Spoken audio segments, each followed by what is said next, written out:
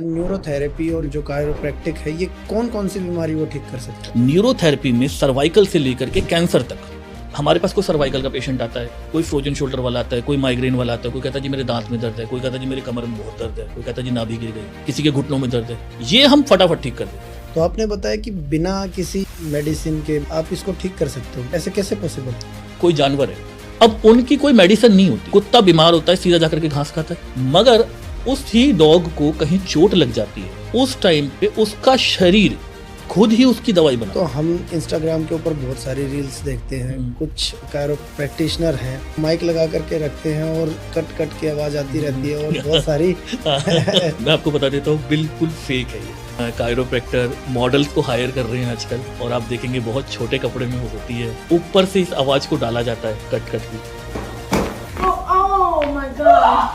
कुछ इस तरीके के पोज को बनाया जाता है कि जब हम किसी रील्स को देखें तो हम उसको देखे बिना रहें ना। कॉमन जिम जाने वाले लोगों को एक बीमारी है साइटिका की, उसके पीछे रीजन है।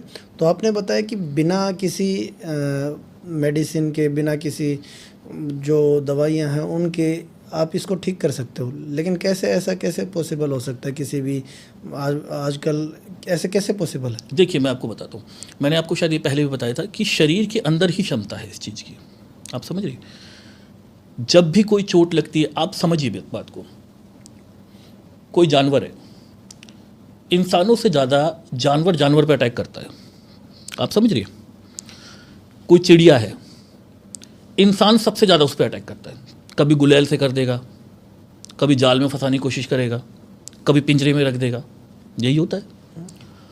अब उनकी कोई मेडिसिन नहीं होती, समझ रहे आप?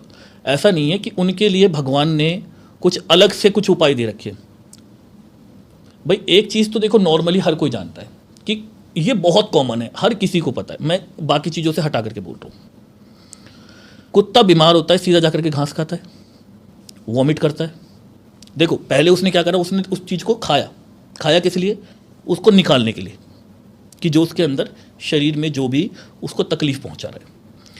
ये तो हो गया उसके पेट के सिस्टम के लिए, मगर उस ही डॉग को कहीं चोट लग जाती है, या किसी भी जानवर को हम देखते हैं चोट लग गई, तो उस टाइम पे वो क्या होता है? उस टाइम पे उसका शरीर खुद ही उसकी दवाई बनाता है। आप समझ रहे?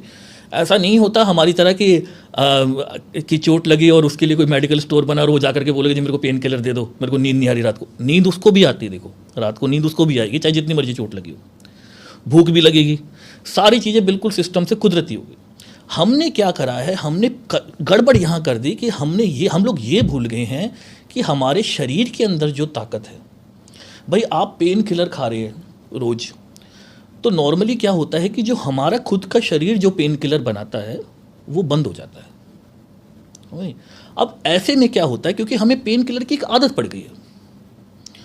अब हुआ क्या कि मान लीजिए कोई ऐसा पर्सन है कि वो कहीं घूमने चला गया और आसपास मेडिकल स्टोर नहीं है, शरीर खुद तो पेन किलर बना नहीं रहा है, और पेन किलर आपके पास है नहीं, लेने के लिए आप जा नहीं सकते क्योंकि बहुत दूर है या रात का समय है।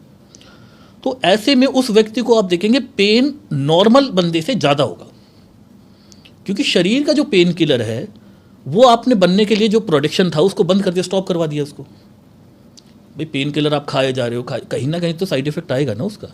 ऐसा तो ये पॉसिबिलिटीज़ नहीं है। देखो हर कोई, ये तो जो अच्छे डॉक्टर हैं वो भी ये कहते हैं कि भाई दवाइयों से आप जितना परहेज करें वो आपके शरीर के लिए अच्छा है, मगर हम ये कहते हैं कि दवाई आप खाइए, उसके लिए मना ही नहीं है। हमारे यहाँ से हमें एक चीज़ हमारी पढ़ाई में करवाई गई है कि आप किसी और थेरेपी के बारे में कोई बुराई नहीं करेंगे।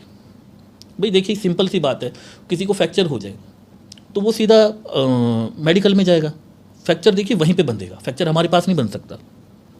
और जो दवाइयाँ उसको वहाँ से दी जाएंगी वो दवाइयाँ हम नहीं दे सकते।